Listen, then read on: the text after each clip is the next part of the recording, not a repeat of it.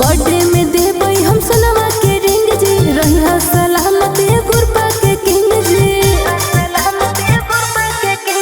Birthday में देबै हम सोनवा के रिंग जी, रहिया सलामत गुरपा के किंग जी।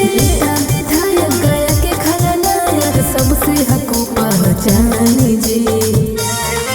रही फलवा से टिकवा काटो हमर जान जी, हैप्पी बर्थडे आयुष्या हिरान जी। रही फलवा से टिकवा काटो हमर जान जी, हैप्पी बर्थडे आयुष्या हिरान जी।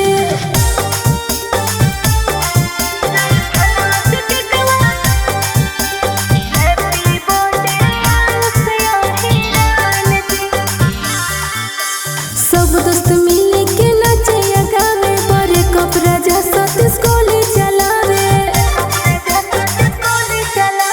सब दोस्त मिले के नाचे गावे, बड़े कपड़ा जा सतीश गोली चलावे। घर परिवार के जिला जेवर के रहिया बढ़ोले तुसान जी।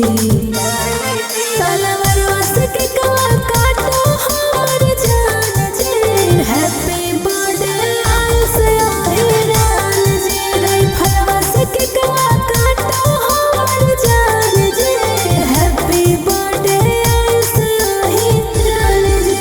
हैप्पी बर्थडे हिरान जी।